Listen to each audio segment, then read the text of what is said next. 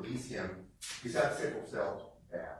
When he was picked up, he just exited the hospital. They had to do 2 blood replacements, transfusions. He's in the hospital, or he's in Brady right now. That Brady, he's in Fulton County Jail. He's got pneumonia. He will not live, Judge. I talked to the family. And we are back, We want to thank everybody for watching today's video. Go ahead and touch and tap that like button for us, and we greatly appreciate it. Y'all, this day has started off strange. It's just weird today. It's just a weird vibe in court right now. You're going to see why during this video.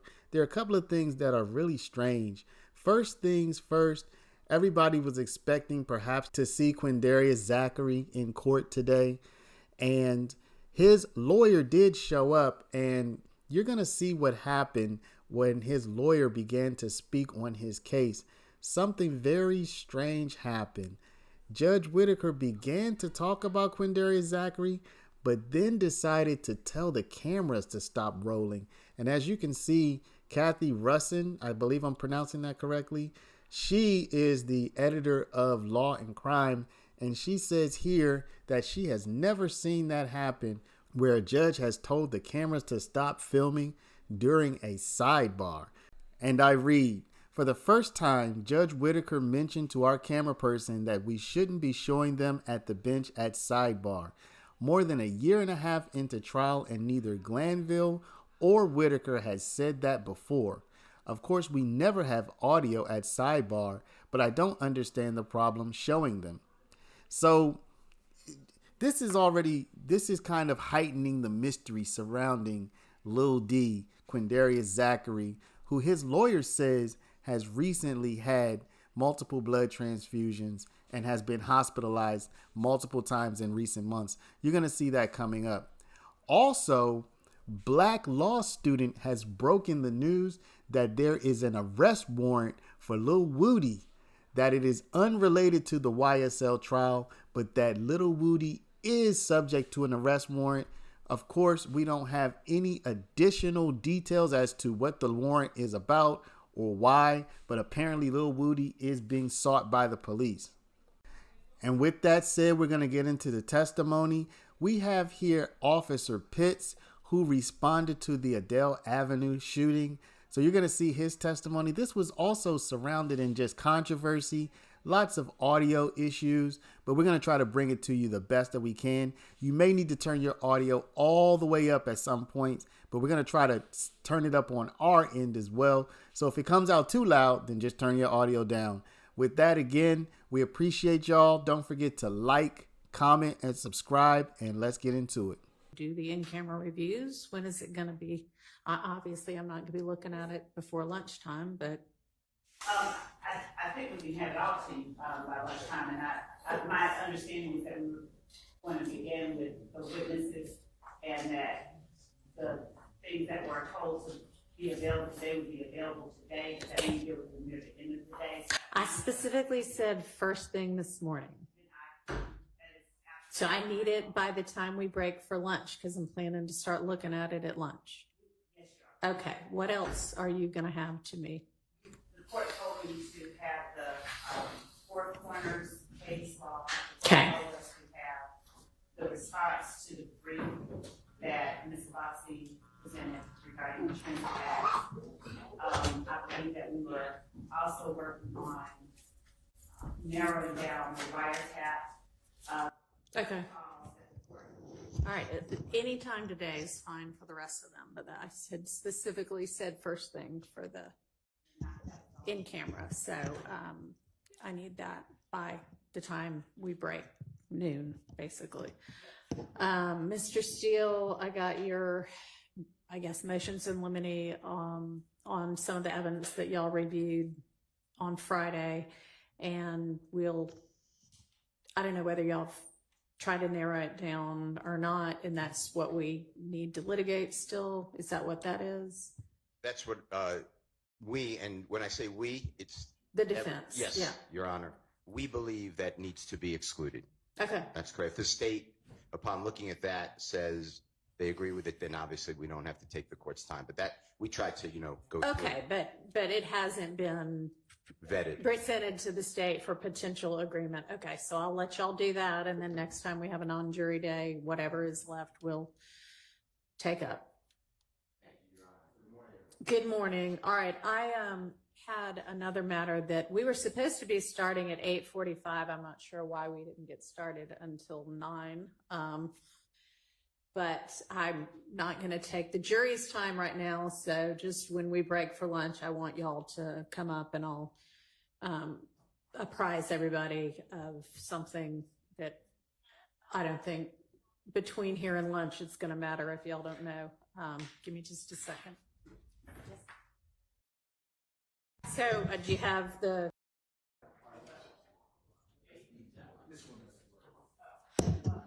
And so y'all, when we adjourn for the day, the people who are allegedly going to fix for real the sound are coming to work on it. So let's everybody, fingers crossed that we won't have any more sound issues after the end of the day today. I did. Absolutely. State and spell your name, first and last name for the court. Officer Adrian Pitz, Adrian. Pitz, Pitts. Good morning. Can you hear me quite all right? Yeah. All right. I am going to position this like so I can have the use of my hands. Officer, Mr. Pitts, are you employed? Yes. Where are you employed? The Atlanta Police Department. And how long have you been employed with the Atlanta Police Department? Approaching 14 years. And what is your title? Police officer. Okay. Have you received any special distinctions as a police officer during your 14 years? Tactical field operator. What do you do in that capacity? Assist SWAT, barricade gunmen, active shooter situations, stuff like that. Is that also known as TFO for short? Yes. And what are your duties and responsibilities as a tactical field officer with the Atlanta Police Department? Active shooters, barricade gunmen, assistant SWAT. Barricade gunmen. And if you would come just a little bit closer to the mic. The problem is the mic won't move, so we're going to try to move that at lunch. Okay. And this is both of them. Check. Okay. I'm going to give you this mic. We've got all right, so that you can face that way. Okay. All right. Can you project and see if it works? Test. There we go. All right. Are you post-certified, Officer Pitts? Yes. And have you been post-certified during the entire duration of your employment with the Atlanta Police Department? Yes. And were you post-certified on April 28, 2015? Yes. All right. I want to turn your attention to the date of Tuesday, April 28, 2015. Do you recall working that day? Yes. Okay. What, if anything, do you recall about working that day? About 4:06 hours that morning, I was dispatched to a person shot. All right. So now when you say 4:06 hours, what do you mean? 4:06 in the morning. Okay. All right. You stated that you were dispatched to a person shot call. Did I understand that correctly? That's correct. Okay. Were you alone or were you accompanied by a partner? I believe initially I arrived alone, but other units did arrive shortly after I got there. And when you were dispatched to this call, how did the call come through? Person shot at 1428 Dale Avenue. Okay, that was a poor question on my part. Let me ask a different way. Was it over the radio? Was it a phone call? How did you get dispatched? I was dispatched over the radio. And when you were dispatched to that person shot call over the radio, was a location given? Yes. What was that address? 1428 Adele Avenue, Northwest. All right. And were you wearing a body cam that day? No. Okay. Why not? Body cams had not been issued at that point. All right. You just mentioned the address of 1428 Adele Avenue, Southwest. In what county is that address located? Fulton County. Are you familiar with that community that address is situated in? Yes. And what can you tell the jury, ladies and gentlemen of the jury, about that particular community, if you will? It's a lot of single-family homes. Older black families own their properties for years and decades.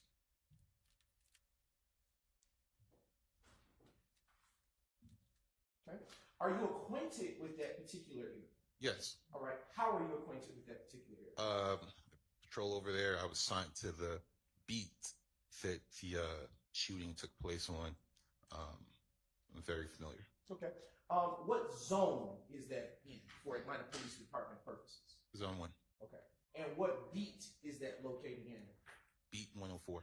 Now, can you distinguish for the ladies and gentlemen of the jury what a zone is and then a beat? So the city is broken up into 6 zones. Every zone has 2 sectors. Each sector has 7 beats, and that's just the area of responsibility that each individual who's assigned to the beat handles. You can continue. I wasn't interrupting. That's it. Okay. All right. With respect to a beat, the particular beat that you were responding to on the day of April 28th, 2015, how long had you worked that beat? At that point, maybe about 2 or 3 years, but I've been inside that area for a very long time. The address of 1428 Adele Avenue Southwest, what, if anything, is situated there? Residents, Okay. Is it an apartment complex or a single-family home? single-family homes. All right. And can you describe for the ladies and gentlemen of the jury what, if anything, you saw upon your arrival to that location on April 28, 2015? Upon my arrival, I saw shell casings in the street, driveway, property damage. Front of the house had been shot up. Vehicles in the driveway had been shot. I think one vehicle on the street also was damaged by gunfire.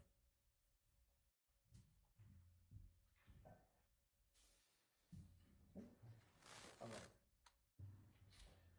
Where were these shell casings? Excuse me. Where were these shell casings that you just mentioned located in your life? The shell casings were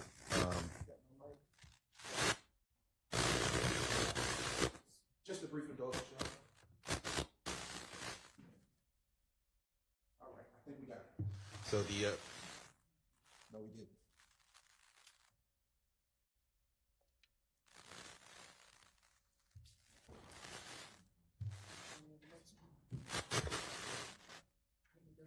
It may be mine. I'll project as best as I can, Judge, if that helps to eliminate that distraction from the court. I can hear. If somebody over at the far side of the room cannot hear, y'all just let me know. Okay. Go All ahead. right. Been told to be pretty loud around here. All right. So you can continue with your answer. If you need to re-ask the question, I can. please. Okay. All right. You described just a few moments ago that you saw several things. I believe the last question I posed to you was, where were these shell casings that you spoke of earlier? The shell casings were in the street directly in front of the home Okay. and inside the driveway of the residence. All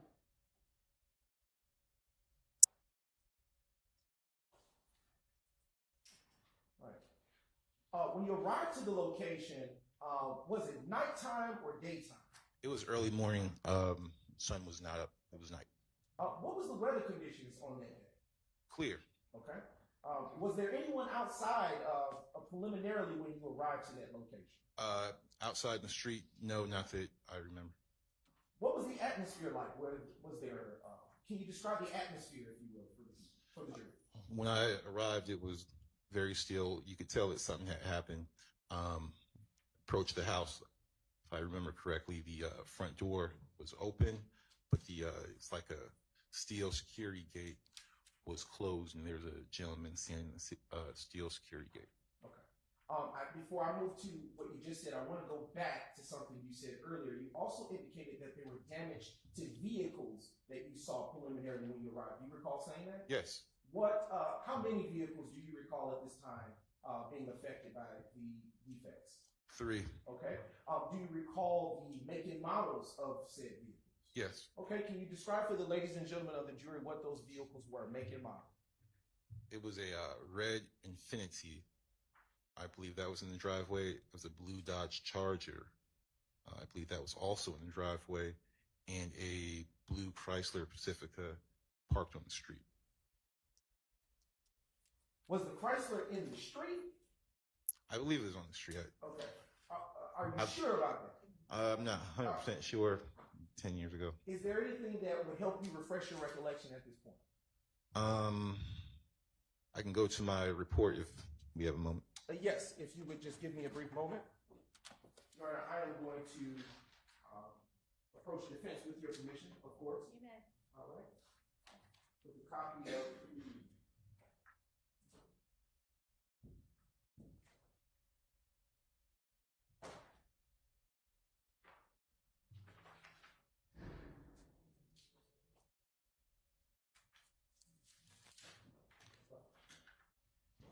Now approaching the witness, Your Honor.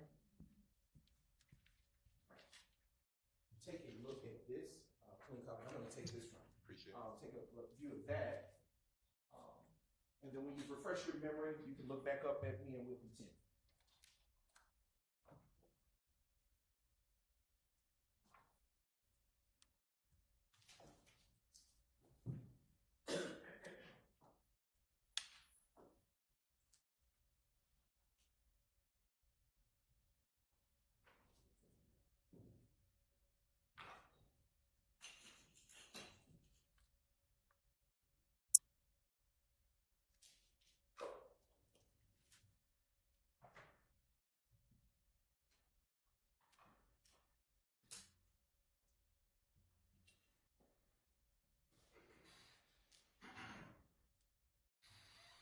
All right.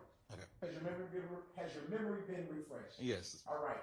Can you now respond to the question that was posed? Give it to me one more time. Sure. Yeah. Where was the Dodge? Where was the blue Chrysler Pacifica? I believe the Chrysler Pacifica was in the driveway. Okay. All right.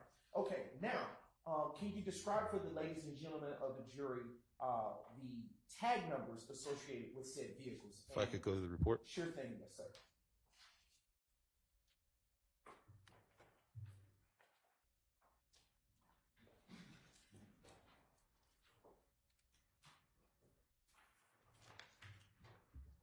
Okay. So the Chrysler Pacifica was a Georgia plate, Paul Charlie Sam 5023.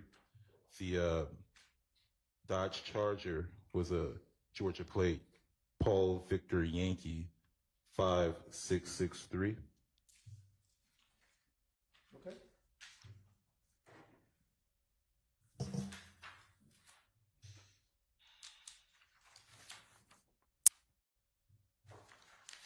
Red Infinity. It's going to be Paul Whiskey King 8190. It's PWK 8190. Okay. All right. Now, I would like to ask you with respect to each of those vehicles, do you recall by any chance, for the ladies and the gentlemen of the jury, where the defects, the bullet defects to those vehicles were located around or about? Yes. The Red Infinity had defects and damage to the front hood and the front windshield. The blue Dodge Charger had defects to the front hood, front windshield, and the blue Chrysler Pacifica had defects to the driver side rear panel area.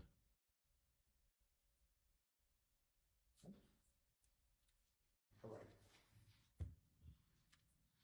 On that early morning of Tuesday, April 28, 2015, were you at all able to speak with the owners of said vehicles?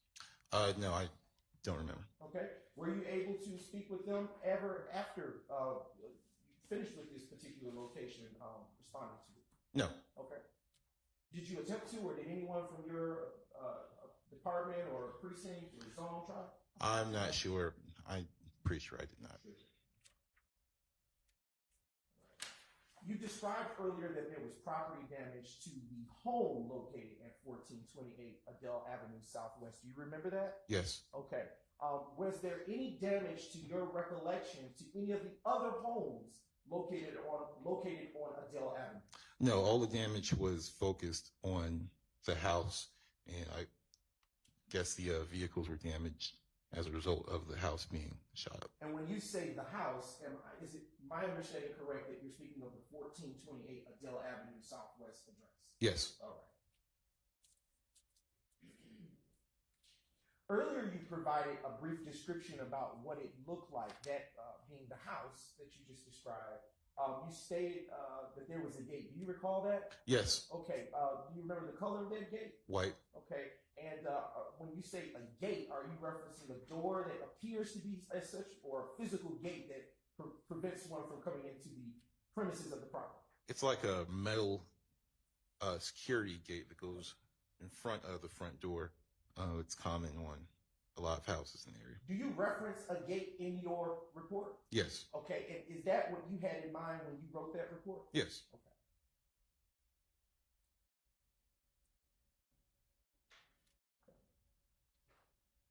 I am now going to show you what has been pre-marked as State's Exhibit 8, Kappa Kappa, Your Honor. And I am showing the defense, that is, what has been pre-marked as State's 8, Kappa Kappa.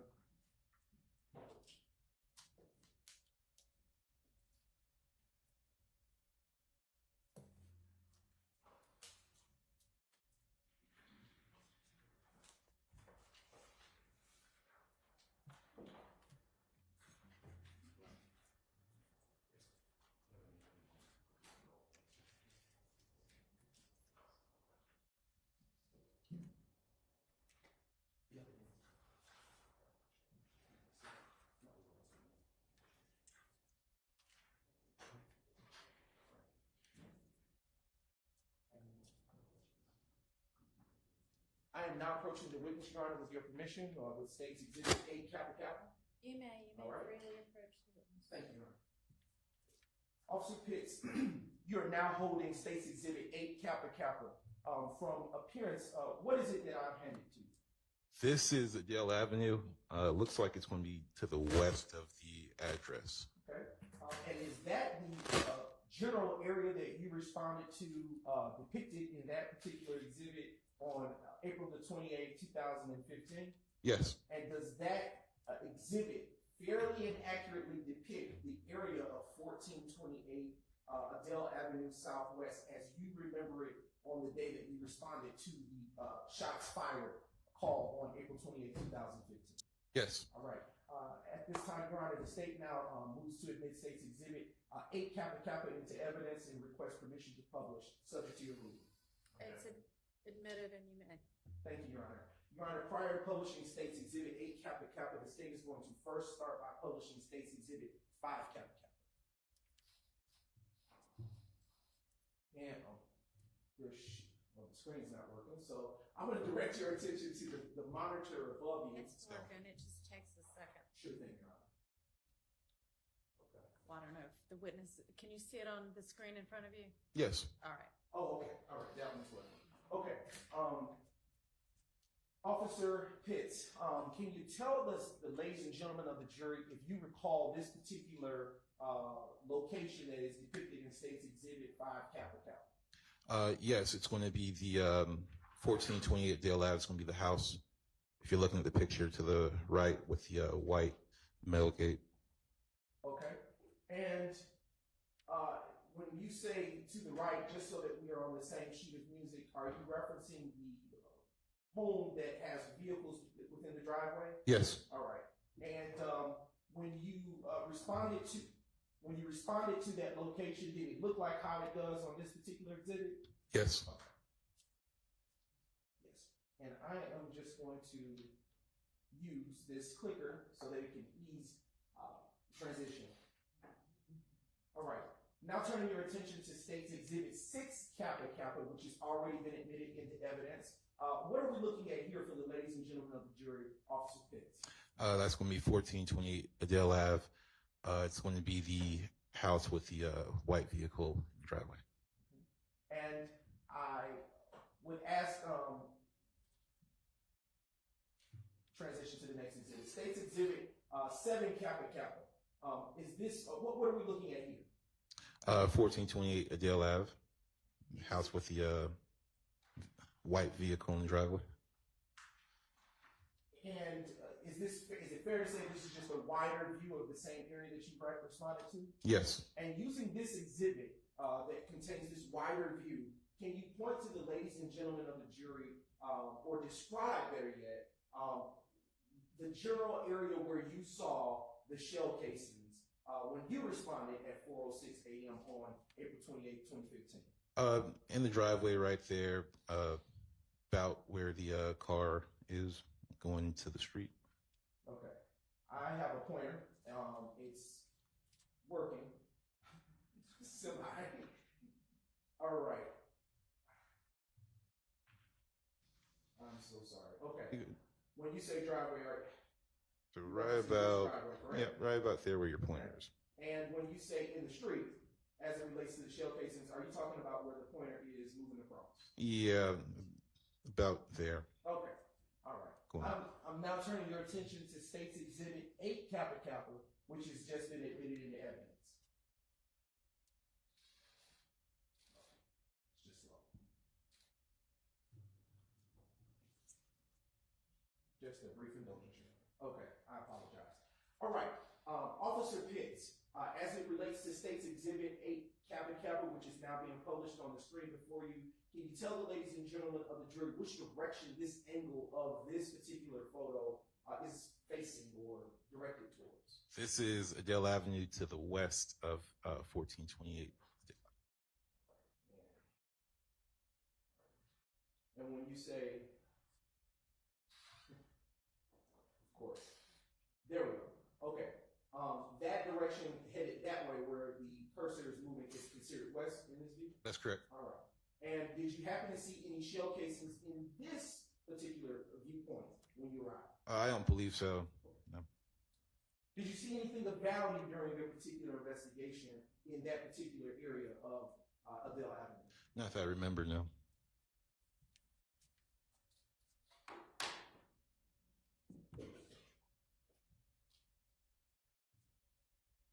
Earlier you spoke about you saw shell casings, and I want to continue to probe on that. Do you recall the amount of shell casings that you saw at the scene of the incident? About 32. Okay.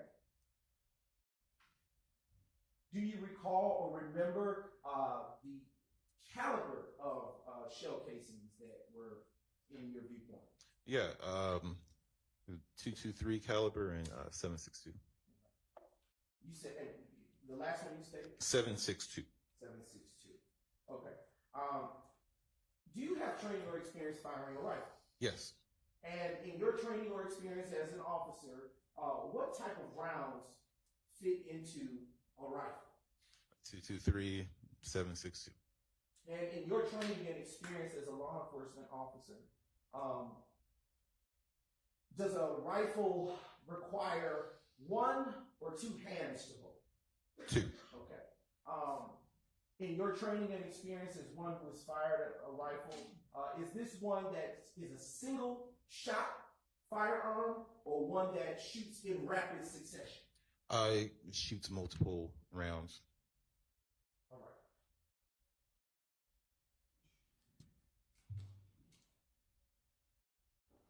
Just a brief indulgence, Your Honor.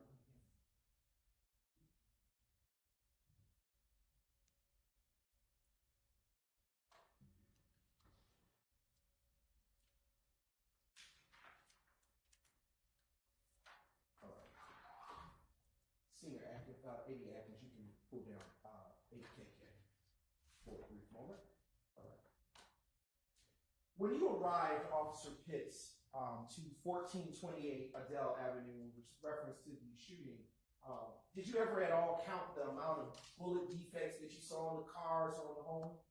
I don't remember, but I do remember seeing the bullet defects of the residents in the vehicles. Did you recall there being a lot or a few? It was a lot. Okay. Were all of the defects that you saw when you responded, did they appear to be fresh? Yes. All right. And in your training and experience as a law enforcement officer, how do you distinguish what is fresh versus which is old in terms of bullet defects? You're going to have, when you have fresh damage from bullet holes, you'll have smaller microparticles from the material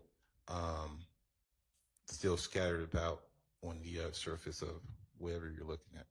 And these microparticles that you're describing, are they microparticles from the object or material that has been defected by Yes. the bullet, or is microparticles from the bullet itself? It's going to be from wherever the object was that was struck. And is it fair to say that these microparticles that you're describing, that they're small, are they? Yes. But based on your training and experience, it's fair to say that you know what to look for. Yes. Is it also fair to say that you've seen multiple such types of... I can rephrase that. All right. Have you seen multiple defects to property before? Yes. All right. And is that what informs your ability to, is it fair to say that is what informs your ability to look for such microparticles in other crime scenes? Yes.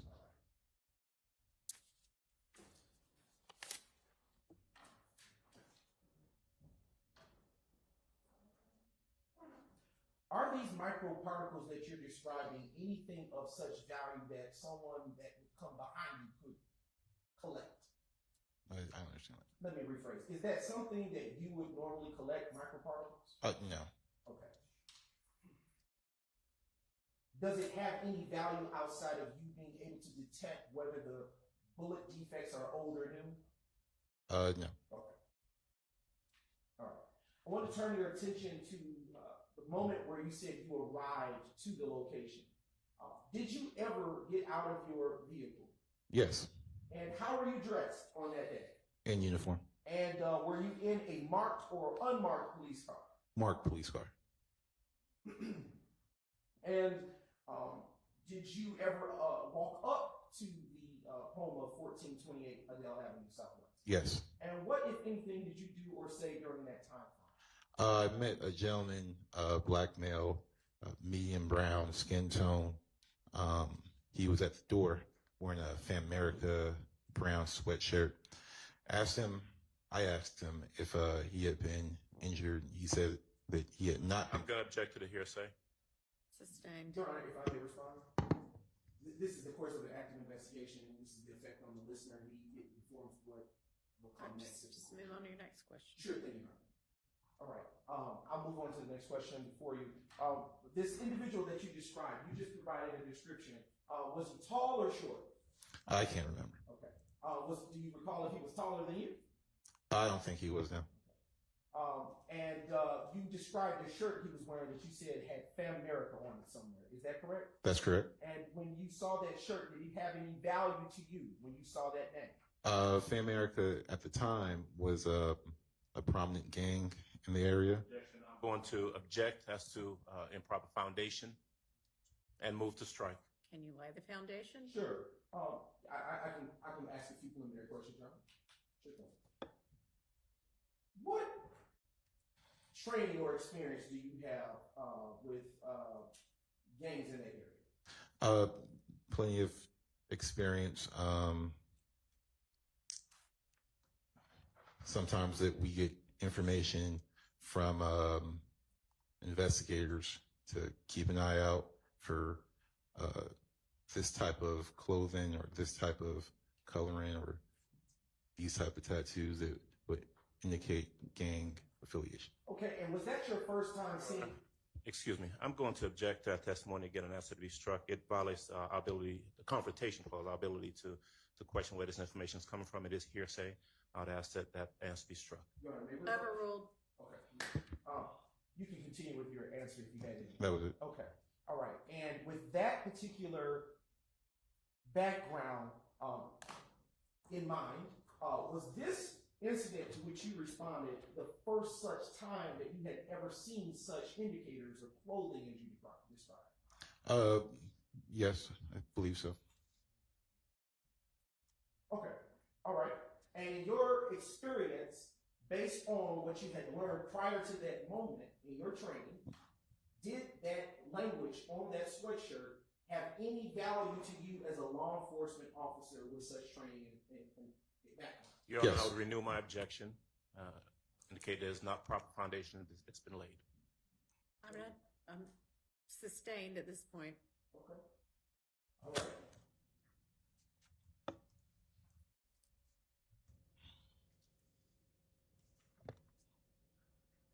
Have you ever had formal gang training? No. Okay. But have you ever had interactions with gangs? Yes. And have you come to learn prior to April 28, 2015,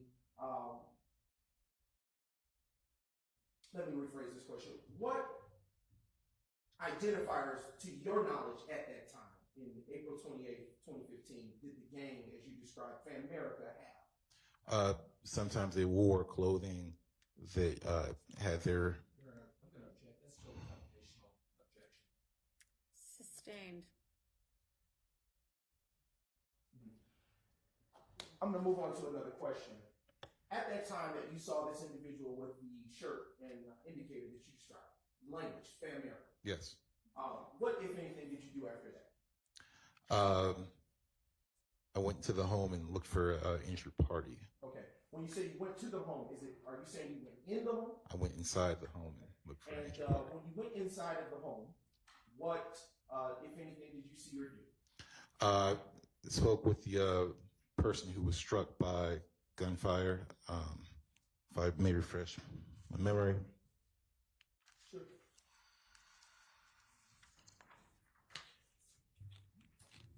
The victim, Denise Renee Bell.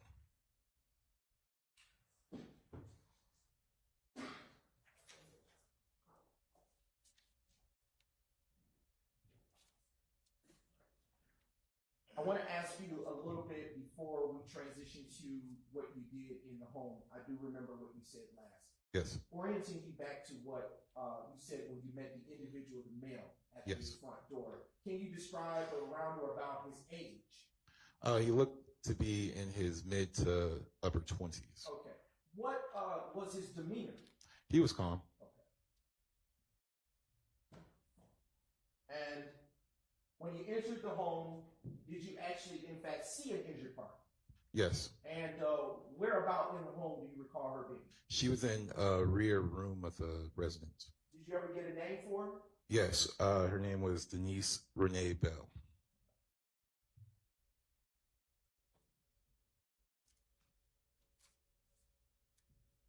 Were you ever given a name for the male that met you at the front gated door that you described earlier? No. Did you ever ask? No. All right. Did he remain the entire time that you were completing the course of your investigation? No. Okay. Where do you recall where he may have gone? No. He's gone. And do you recall at what point he left the property? While I was speaking with the victim, he left. When I asked where he went, nobody knew. I'm going to object to the hearsay. The answer is nobody knew anyway. So. Sustained. Your Honor, may I this one? Move on.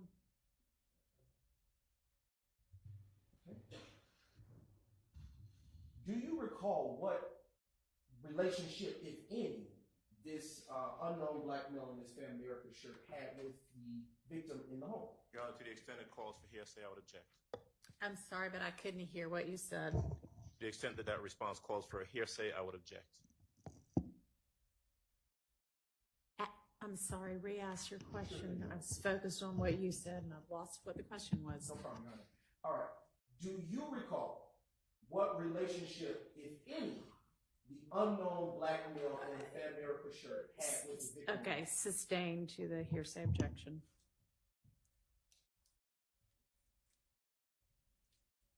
Do you know if he resided at that location? No.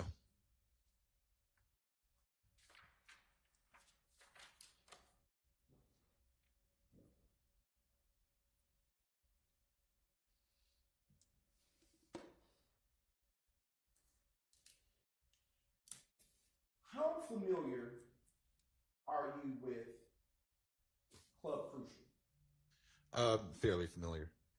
All right. And how are you familiar with Club Crucial? Club Crucial is a nightclub that is in the zone. It's on Bankhead, down at Lee Hollywood Parkway. When you say the zone, what zone are you referencing? Zone 1.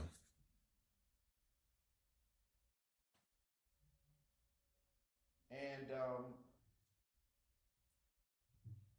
being that it was in the zone, is it fair to say that you would pass by there? Yes. Okay. And how often would you be in that area, specifically where Club Crucial is located? Typically, we would patrol and post up outside the club, opposite side of the street, when it's in operation. Okay. Why would you post up across the street from Club Crucial? Sometimes it does attract a rowdy crowd. And how often would you post up? Every night was open. Okay. And how often, to your knowledge, would it be open? Mondays, Fridays, Saturdays, and maybe Sundays. And to your knowledge, was Tuesday, April 28, 2015, the early morning hours from when that club would have been letting out? Yes.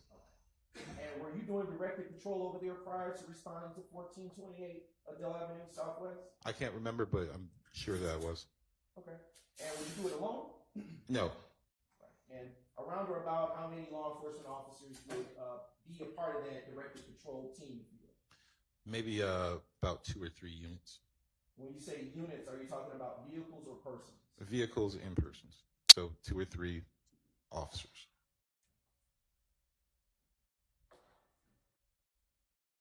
And do you know the hours, if you recall roughly about the hours of operation, not the days, but the hours of operation for Club Crucial? I recall that it closes at about 3.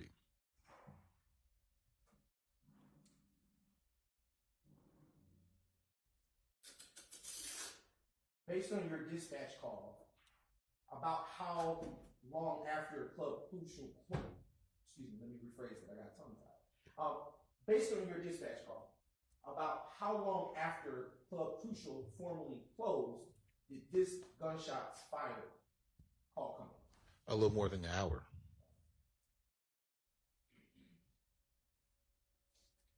About how far, to your knowledge, is Club Crucial from 1428 Adele Avenue Southwest? 1428 Adele Avenue is probably a few miles south of Crucial, maybe about 3 or 4.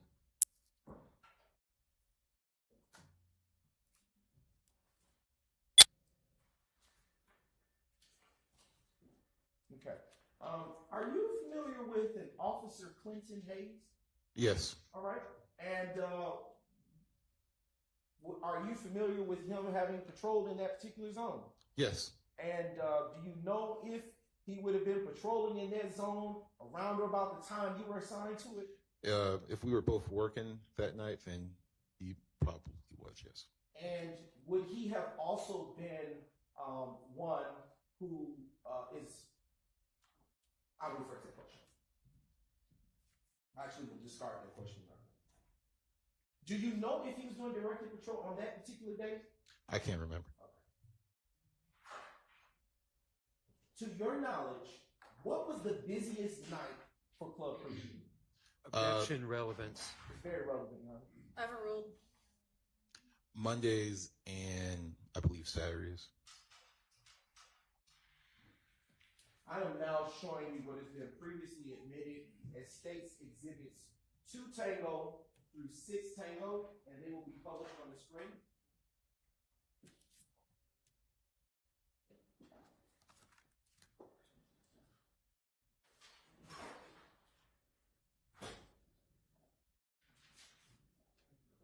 Just a brief indulgence, Your Honor, while we get that technology. No problem.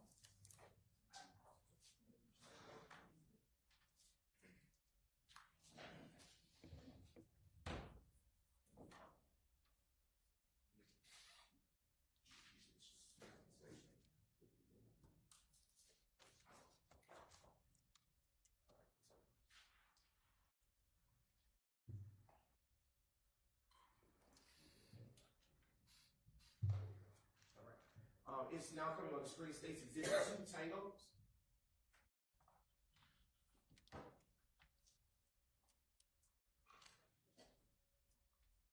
Right. These in evidence. Yes.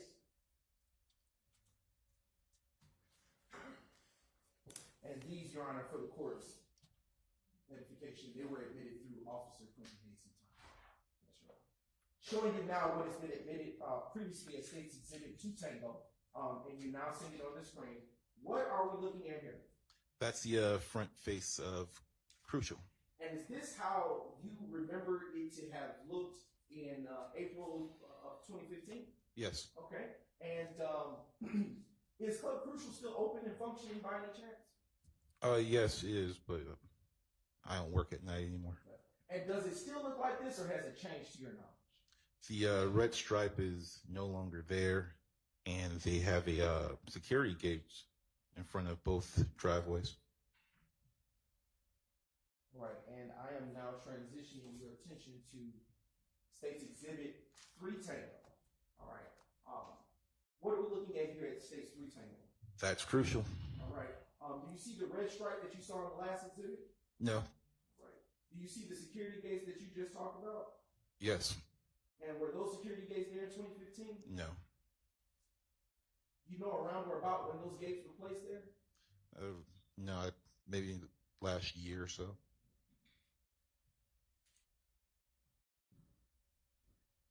Now showing you States Exhibit 4 Tango. Do you see the brown structures on that property? Yes. Were those brown structures there in 2015 to your recollection? No. Do you know around or about when those brown structures got there? No.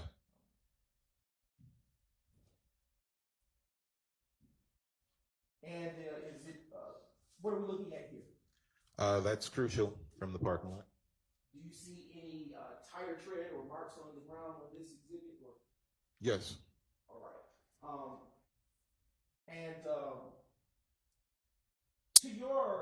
Based on your training experience, why would marks like that be on the ground? Your Honor, that would call for speculation. I'd object. Overruled.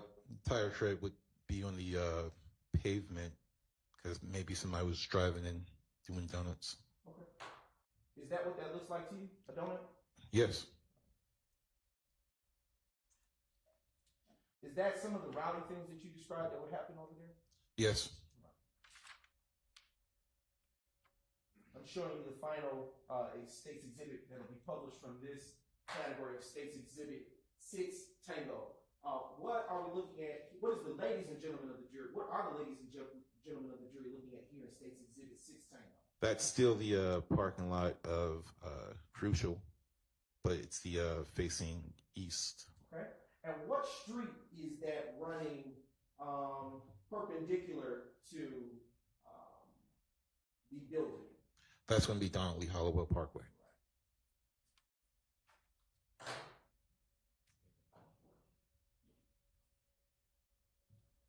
Earlier you stated that Club Crucial was about 2 miles or so from 1428 Adele. About how much time in terms of minutes would it take for you to get from Adele to Donnelly Hollowell Parkway where Club Crucial is situated?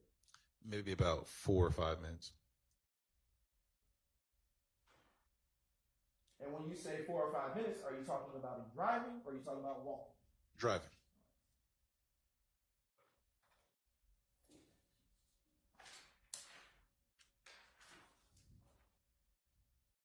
And to be sure, is Club Crucial and Adele Avenue in the same beat? No. Okay. Do you know what beat Club Crucial sits in? Crucial. Overruled. Crucial is one of the 109 speed.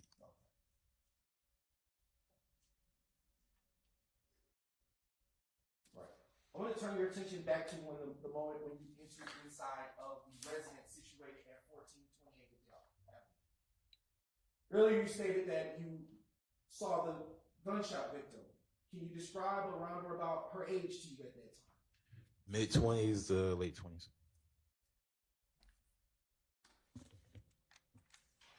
Can you describe her demeanor? She was excited. She was upset. All right.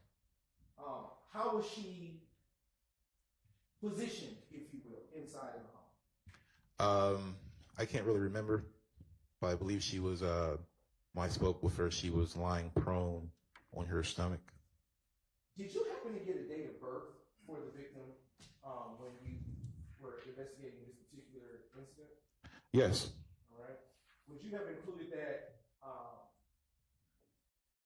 Would you have included that in your report? Yes. And are you sure at the time that you made contact with her that she was in her mid to late 20s? Let me refresh my recollection. All right. I'll give you a few moments to refresh and then look back up at me when you've done so, sir.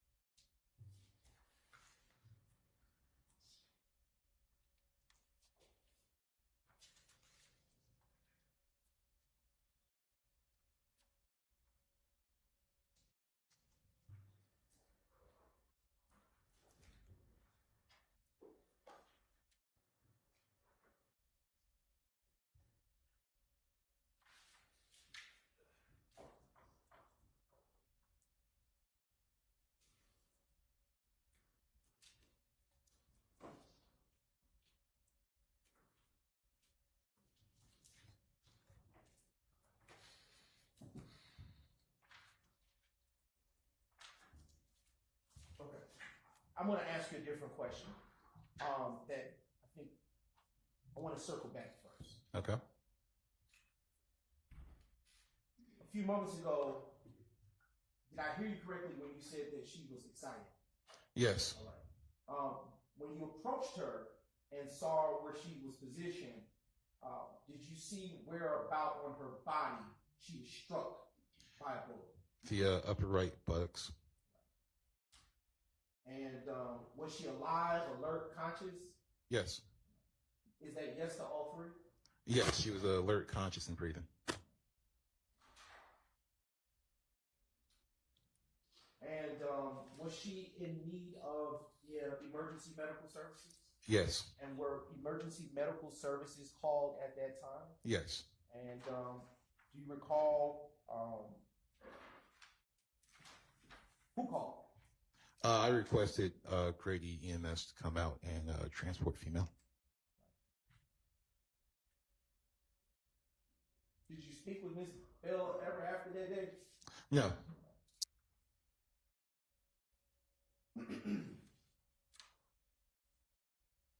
During your investigation of this matter, did you learn if there was anyone else did you see anyone else in the home while you were there? Yes. All right. About how many persons did you see and observe there? From the start, when I got there was 6. All right. Okay. So, do you recall the names of those persons? Yes. All right. What are their names? The other 4 individuals who were inside the residence, if I can go to my report. Sure.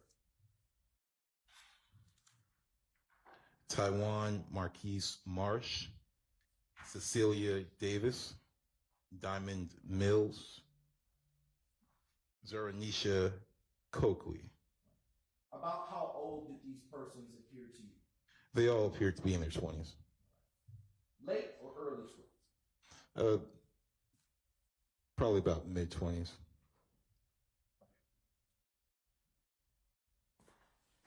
Do you know if they were residents of that particular home or passersby? Calls for hearsay. Sustained.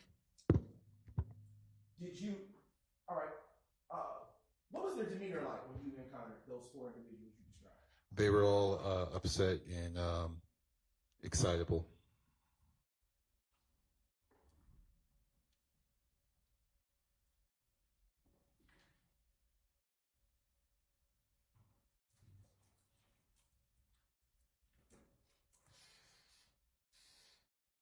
How were they dressed? They were all wearing street clothes, like they had been up. At 4:06 in the morning? That's correct. All but, I believe, one female.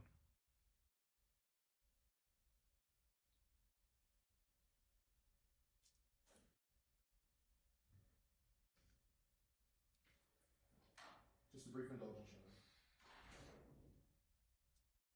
At the time that you made contact with these four individuals, was the male in the Famerica sweatshirt still present or gone from the premises? Objection, Your Honor, asked and answered. Sustained.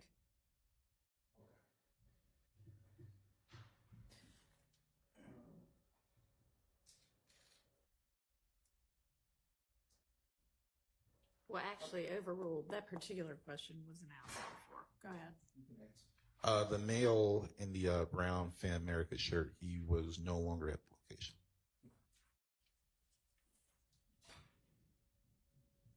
Is that, so you, earlier you described that there were four persons inside there at that time, inside the home that is, at that time.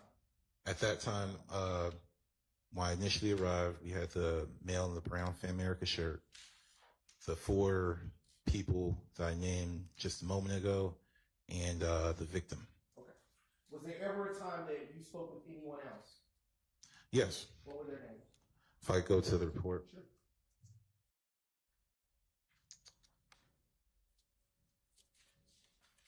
So while at the location, a Kanisha Harris arrived.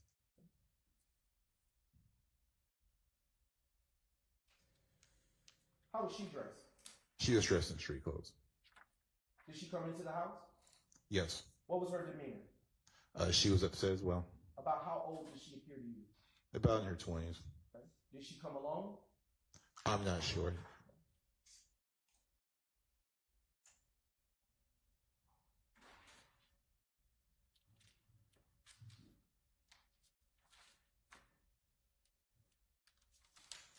All right. I want to talk about their activity inside of the home a little bit further. While inside of the home, can you describe the interior of the home for the ladies and gentlemen of the jury? The interior of the home had what looked to be other bullet holes in the wall into the interior, but it had been plastered over and covered, each individual hole. And when you say plastered over, can you describe a little bit more detail, if you can, for the ladies and gentlemen of the jury, what you mean by that? Like repaired. The bullets came through the home, and then someone came through and put drywall plaster over each individual home or hole.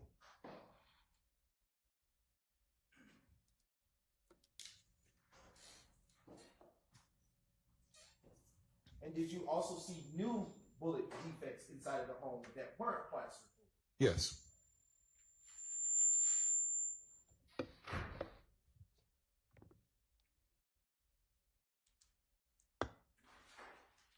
Did you?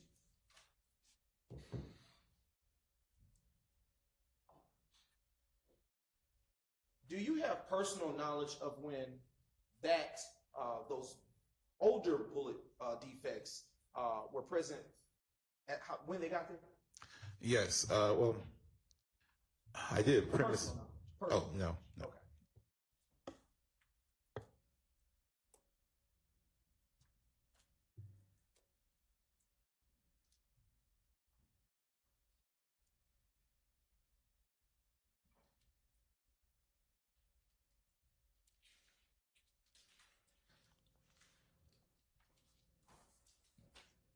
Was there a time that you exited the home at 1428 Adele Avenue Southwest? Yes. All right.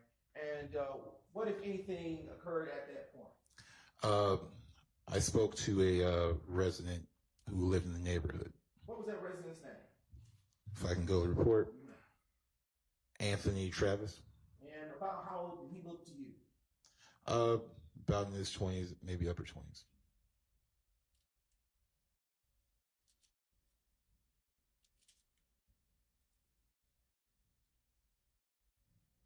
Did you initiate contact with him, or did he initiate contact with you? He initiated contact with me.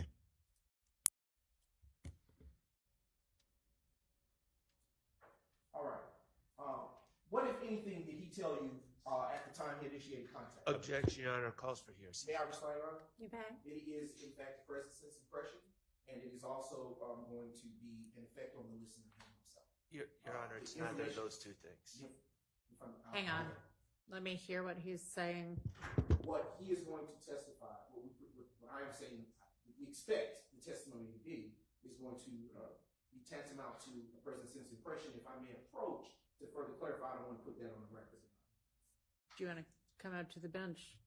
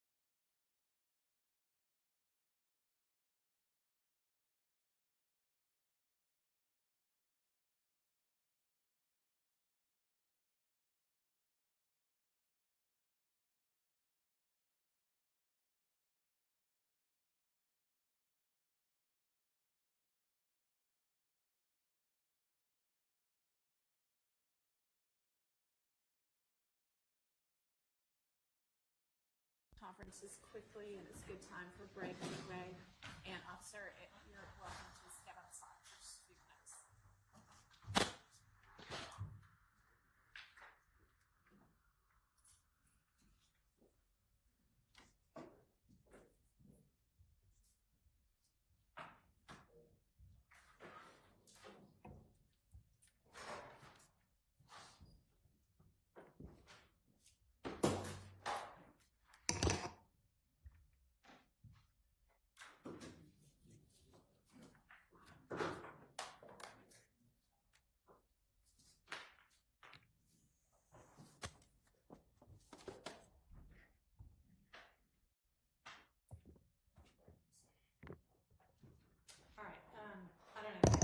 to take a look at that case since we're all just looking at it for the first time, because a present sense impression exception doesn't have to be somebody perceiving it at the actual time they are telling about it, the actual time they're perceiving it. It can be, but it can be immediately after as well. So the question is sort of like how much time can go by for it to still be considered immediate. And I don't know if you know what you expect the witness to testify to, but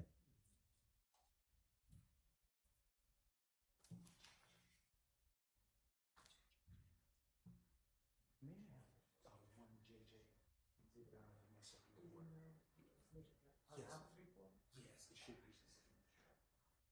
1 through 4, JJ. Yes. Yes. And Your Honor, may I ask the clerk to, for the insight related to that case, if you will, Your Honor? did you say 370 Georgia 757? That's correct, Your Honor. And I don't know, was there a pinpoint site? I'm in Division 5. All right.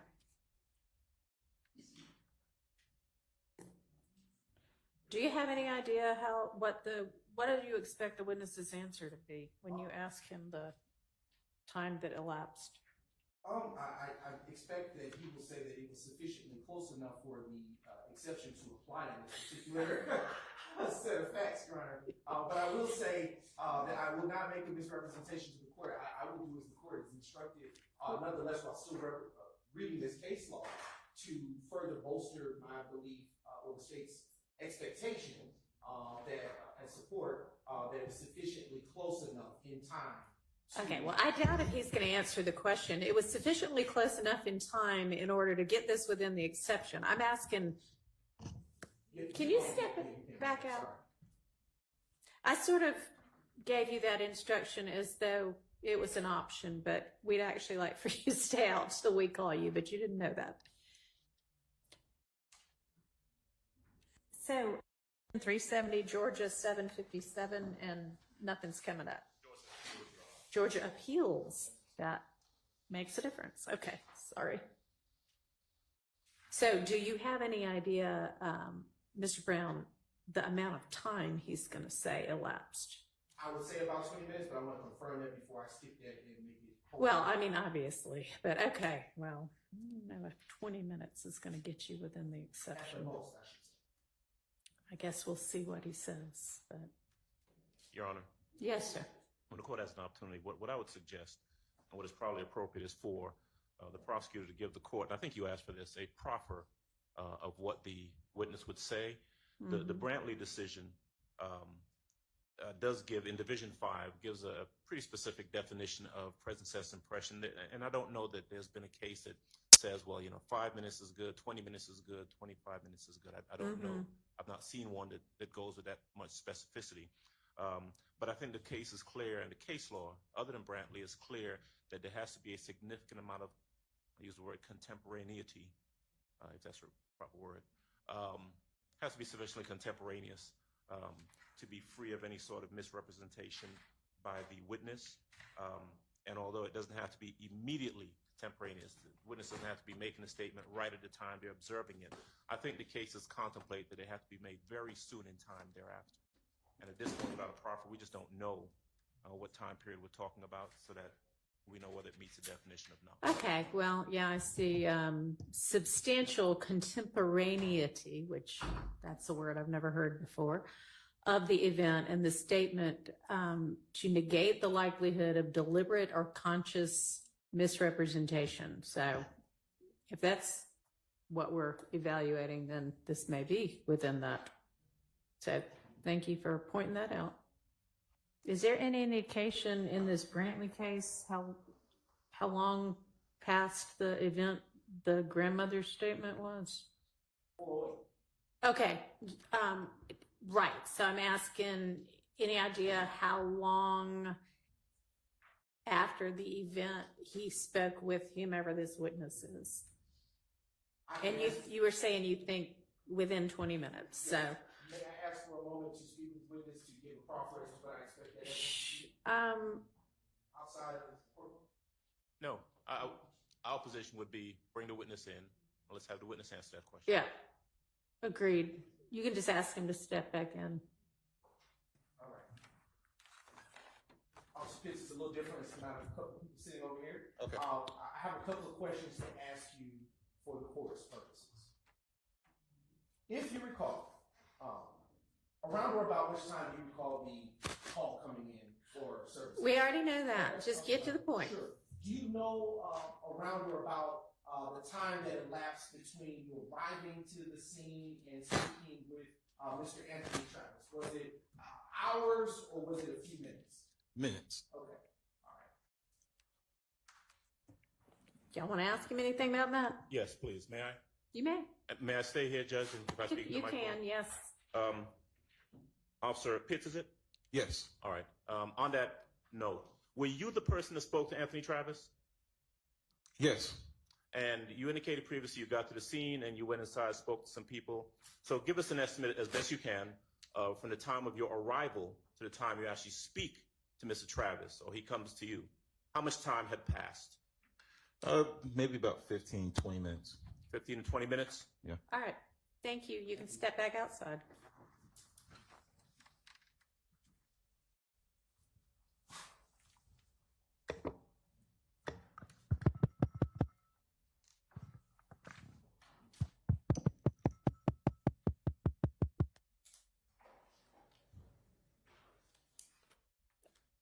All right. My ruling would be that's close enough in time to negate the likelihood of deliberate or conscious misrepresentation. So I'm going to permit that as a present sense impression exception to hearsay. Does anybody need to use the restroom before we have the jury back? All right, let's all take as quick of a break as we can because we've already been out about 15 minutes. Thank you. I see, one of my esteemed colleagues from across the aisle here, I believe that he is here as a representative for one of our witnesses. And I haven't spoken with him, so, John, I didn't know if you wanted to approach. If we could, please. All right, what's your name? Dennis Child. Okay, I'm sorry, I hadn't seen you in a while. You looked familiar to me, but Everybody thinks I'm Denver. okay. Are you asking to approach without the defense? No, make a mistake. That's fine. That's one from the record. I'm representing Mrs. Atwood, family defendant. I understand he was picked up on material witness warrant. I would ask the court to release him. He's had sickle cell bad. When he was picked up, he just exited the hospital. They had to do 2 blood replacements, transfusions. He's in the hospital, or he's in Brady right now. That Brady, he's in Fulton County Jail. He's got pneumonia. He will not live, Judge. I talked to the family. In the last 4 months, he's been in and out of the hospital 10 times. He's extremely sick. He will not survive in Fulton County. I would ask that he be released, and I'm going to be in touch with him. He will come to court when you ask him to come to court. Go ahead. If not, he won't live. All right, so the information I got this morning, and y'all, this was actually what I wanted to discuss on the record. Had we, at the bench conference, had we gotten started at 8:45, like I asked for us to get started. So anyway, I'll wait if you want to do this later. no, this has nothing to do with that. But the information that I got this morning from the sheriff's office was that he is in Grady. Your Honor. So I don't know how recent your information is. I talked to family 2 a.m. Well, we've spoken with the sheriff has informed us since that time, and that was what I wanted to bring to the court's attention. Okay. I didn't know that. Judge, and I think that this is a matter that I can speak with Mr. Scheib about. I don't know if he wants to fully flesh it out now, but I did want to approach the court with the information and the defense with the information we had. There's more information than just that. Okay, why don't we just, let's have a bench conference, but I would like to be able to just talk about it without them all huddling at the bench, so just don't record this, please, and you're not supposed to.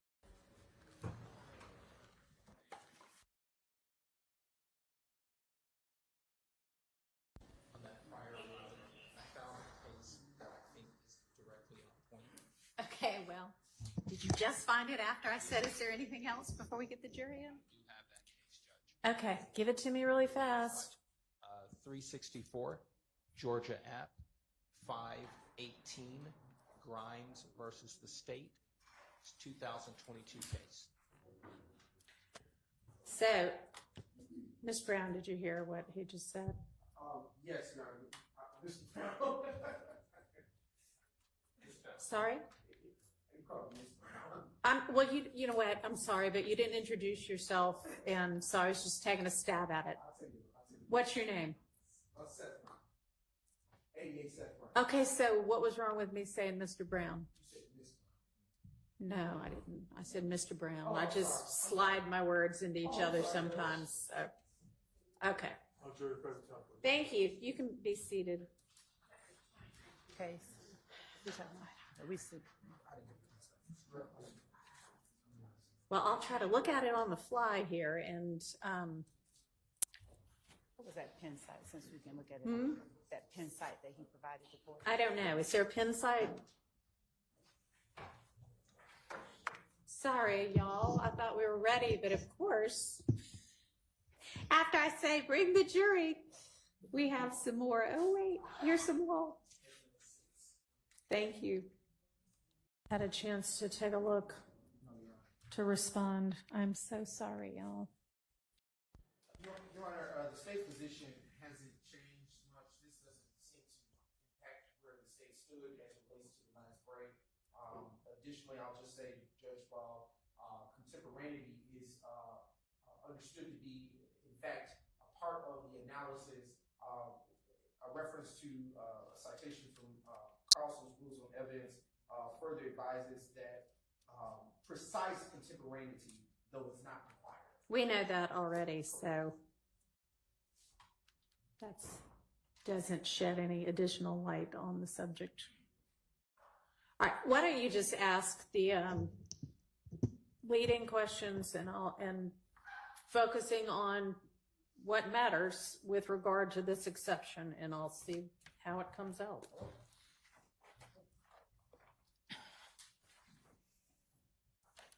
Welcome back, Officer Pitz. Hello. All right. All right. Before the break, you indicated that you spoke with an Anthony Travis. Do you recall that statement? That's correct. All right. Can you tell the ladies and gentlemen of the jury what it is that you spoke with him about? Mr. Travis said that before the shooting occurred, there was a The subject matter, not what he said. Sure. The subject matter, without saying what he said. He witnessed the shooting occur. All right.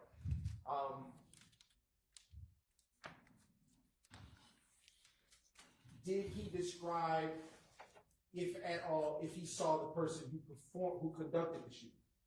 He did. Okay. Were you able to, from that conversation with Mr. Travis, were you able to make out a description of what the person he saw without saying what he said? So what I want you to focus on is what would make a difference with regard to this exception. Time and... Okay. All right. I will withdraw that question and ask a different one.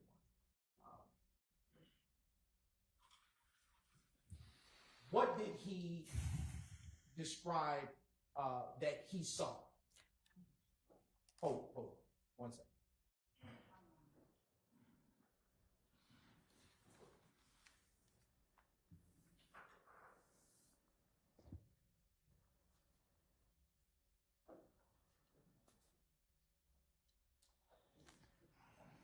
How long after you arrived to the scene of the incident did you interact with, how long after you arrived to the scene of the shooting did you interact with Mr. Travis?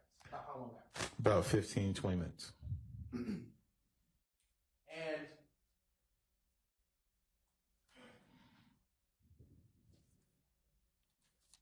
did he give you details about what he saw regarding the shooting that took place prior to your arrival? He did. And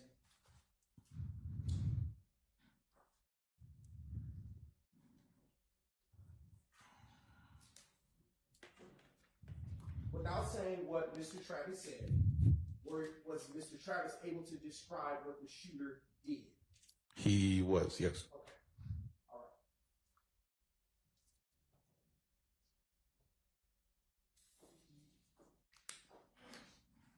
Was he able to describe to you at that time the methods of transportation, if any, for that particular shooter? Yes. And earlier you talked about the ages of the persons you interacted with that day. Yes. Do you recall the dates of birth associated with it? Not off my memory. I would need my report. Okay. I am now approaching you again with what has been pre-marked as State's Exhibit 500R. And I'm going to give you this is the exhibit again. And when you've had a moment to refresh your recollection, please look back up at me when your memory's been so refreshed. Yes. All right. So, what is the date of birth for the victim, Ms. Denise Bell? January 21st, 1956. Based on that date, would she have been in her mid to late 20s at No. Okay. What about the dates of birth for the other persons that you interacted with on that early morning of April 28th, 2015? Yes. Refreshing my memory, Miss Diamond Mills was born 10/30/1995.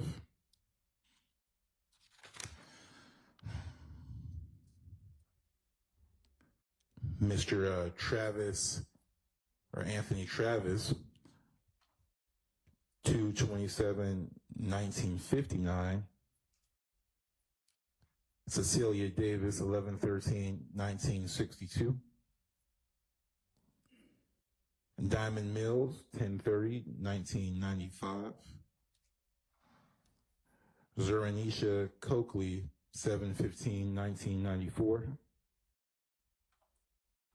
And Taiwan Marsh, 3/14/1997. Have just a few more questions for you, Officer Pitz. The shell casings that you talked about, you saw earlier, did you ever collect those for evidentiary purposes? The crime scene tech collected the casings. And do you recall who that crime scene tech was that came to that scene? I believe it was Turner. His name was Turner. And do you know who called him out to that scene? That would have been me, if I'm remembering correctly.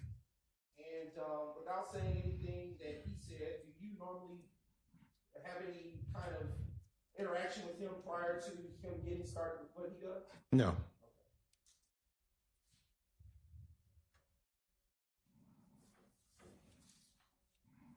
Just a brief indulgence. Sure.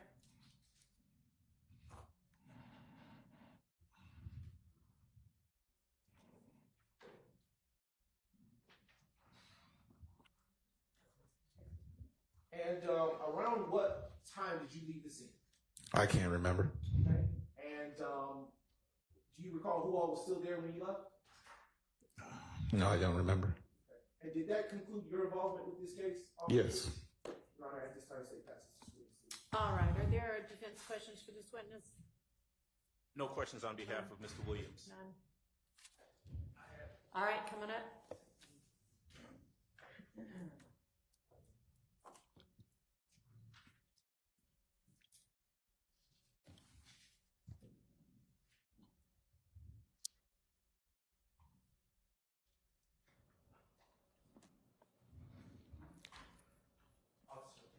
Hello. Good morning.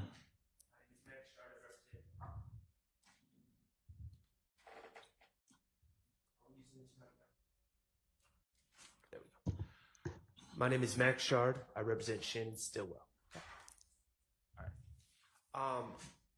You arrived at the scene, and it sounds like within 15 to 20 minutes you were speaking to a Mr. Travis. Anthony Travis, yes. Okay. And Mr. Travis was, to your understanding, not someone that lived in that residence. That's correct. Okay. And he approached you on the street as you were leaving? I believe that he spoke with an officer standby, And then when I got out there, he approached me. Okay. And he gave you a description of the person whom he saw shooting at 1428 Adele Avenue, correct? Correct. Okay. He described that, and he gave a description also of a car, correct? That's correct. He said one car left the scene, one car, right? That's correct. Okay. And he described the person shooting a gun that had a banana clip, correct? That's correct. Okay. And he described that individual as a black male, That's correct. short black male, correct? That's correct. Okay. And did you get a height range or was it just short? I believe it was just short. Okay. And he described that gentleman as having dreadlocks, correct? That's correct. The shooter being short black male with dreadlocks. That's correct. All right. Can I approach? You may.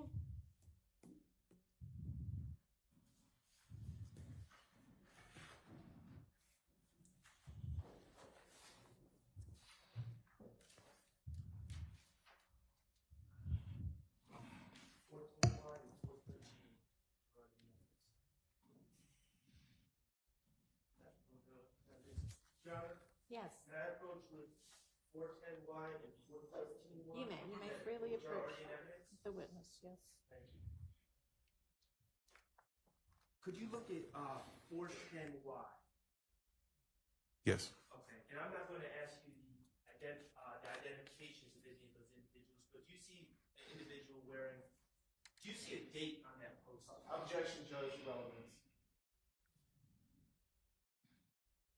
I don't know what, I'm sure It my is, client doesn't so. match the description. okay, that was an inappropriate way to answer that. I don't even know what the exhibit is, so I can't rule on it. I would ask that we approach, Your Honor. All right.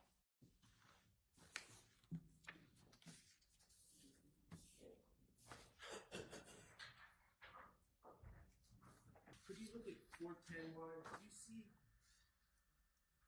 Do you see a gentleman in a plaid maroon and black and white shirt? Yes. Does that gentleman have dreadlocks in that picture? I'm going to object on the same basis that we had on the bench, and I'll ask for a continual objection because for the reasons that were articulated. Does that gentleman have dreadlocks in that picture? No. Okay. And what is the date of that post, if you can read it? 4/28/2015. Is that the same day as this incident that you're referring to in your testimony here today? Yes. Okay. I'm going to ask you to look at 413Y and your 413Y. Is that another picture of that gentleman? Yes. And you would agree that that picture also shows that he does not have dreadlocks? That's correct. Okay. Your Honor, may I just publish the jury?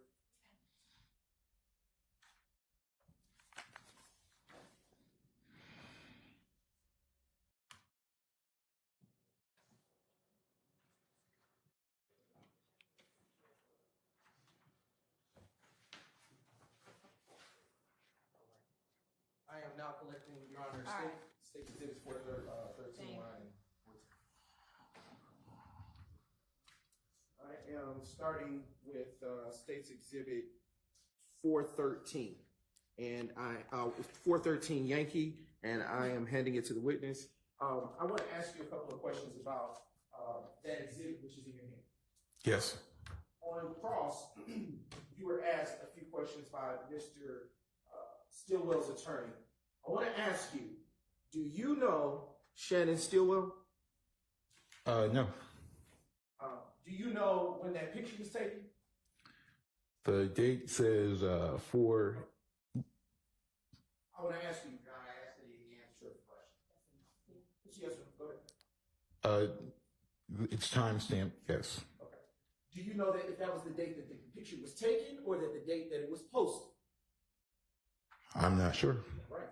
I want to turn your attention to the State's Exhibit 410, Yankee. Do you know Shannon Stillwell in the plat? No. But I recognize him in the photo. Okay. All right. Do you know when that picture was taken? It's timestamped 4/28/2015, 11:50 a.m. Do you know if that was the time that it was taken or the time that it was posted? I do not know. Did Mr. Travis show you a picture of the shooter on the day of April 28, 2015? No. And on cross, you were asked a few things about what he said. Tell the ladies and gentlemen of the jury what he told you. Exactly what he told you. Mr. Anthony Travis told me that prior to the shooting, a black vehicle was sitting to the west of the residence, 1428 Adele Avenue. Black male with dreads, short black male with dreads, got out and started shooting at the house with a machine gun that had a banana clip. Okay. All right. And what, if anything, happened, or did he tell you after the shooting occurred? He did fill out No. My question is what, if anything, did Mr. Travis tell you the shooter did after he was done shooting? he got into the shooter did go back to the same black vehicle and leave in the black vehicle. Okay. Do you know if Shannon Stillwell was driving that vehicle? No. Do you know if Trontavious Stevens? No. Do you know if Trontavious Stevens is 5'4"? No. Do you know if he wears dreads that are in his head? No. Do you know if Mr. I'm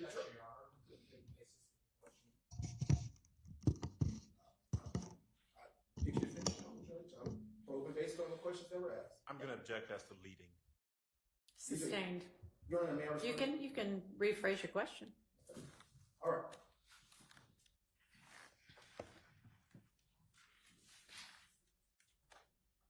Have you ever seen the pictures that were placed in front of you as State's Exhibits 413 Yankee and 410 Yankee prior to Mr. Sharp showing them to you today? No.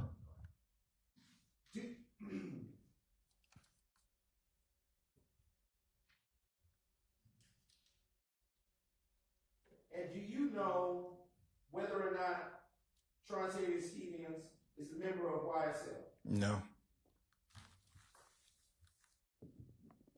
I do have a few more questions. You testified that there was a banana clip that Mr. Travis described to you, correct? That's correct. All right. In your training or experience, is banana clip the type of formal terminology used to describe such things? It's the improper terminology for a magazine. When you describe a magazine, what do you have? What do you understand? Or what are you communicating to the jury? In reference to this report with Mr. Anthony Travis, I believe he was talking about a rifle magazine, kind of similar to the one I have mounted on my vest. How is it shaped? In the shape of a banana. And what is the purpose of this magazine or banana clip, as Mr. Travis described? It feeds ammunition to the firearm. Did Mr. Travis tell you at that time whether or not he knew the shooter to have emptied the magazine or the banana clip? No. And what kind of rounds would be put inside of a magazine for a rifle? 223 762. And what shell casings were found on the scene of the shooting, crime scene of 1428 Adele Avenue Southwest? 223 762. And when Mr. Travis described to you what he observed the shooter to do, did he tell you if the shooter got into the driver or passenger side of the vehicle? I don't remember if he told me. And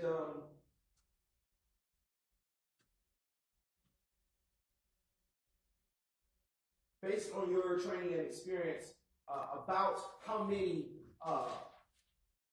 rounds can a magazine for a rifle hold inside of it? With a, depending on the type of magazine, 223 magazine can typically carry about 30 rounds. And about how many rounds, shell casings were found on the scene to your recollection? 32. Do you know how many people were inside the vehicle based on what Mr. Travis communicated to you on that evening? I do not. I have no further questions. All right, Mr. Shard, any recross? All right. Thank you for your time, officer. You are excused. Call your next witness.